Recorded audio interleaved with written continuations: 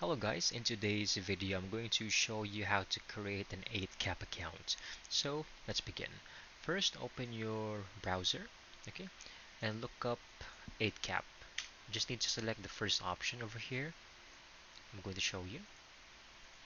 Then you have various options to create an account.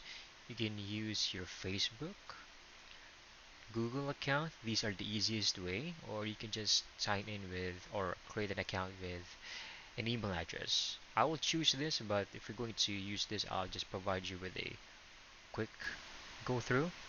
Okay, then you just need to click continue and confirm, and it will just take a few seconds.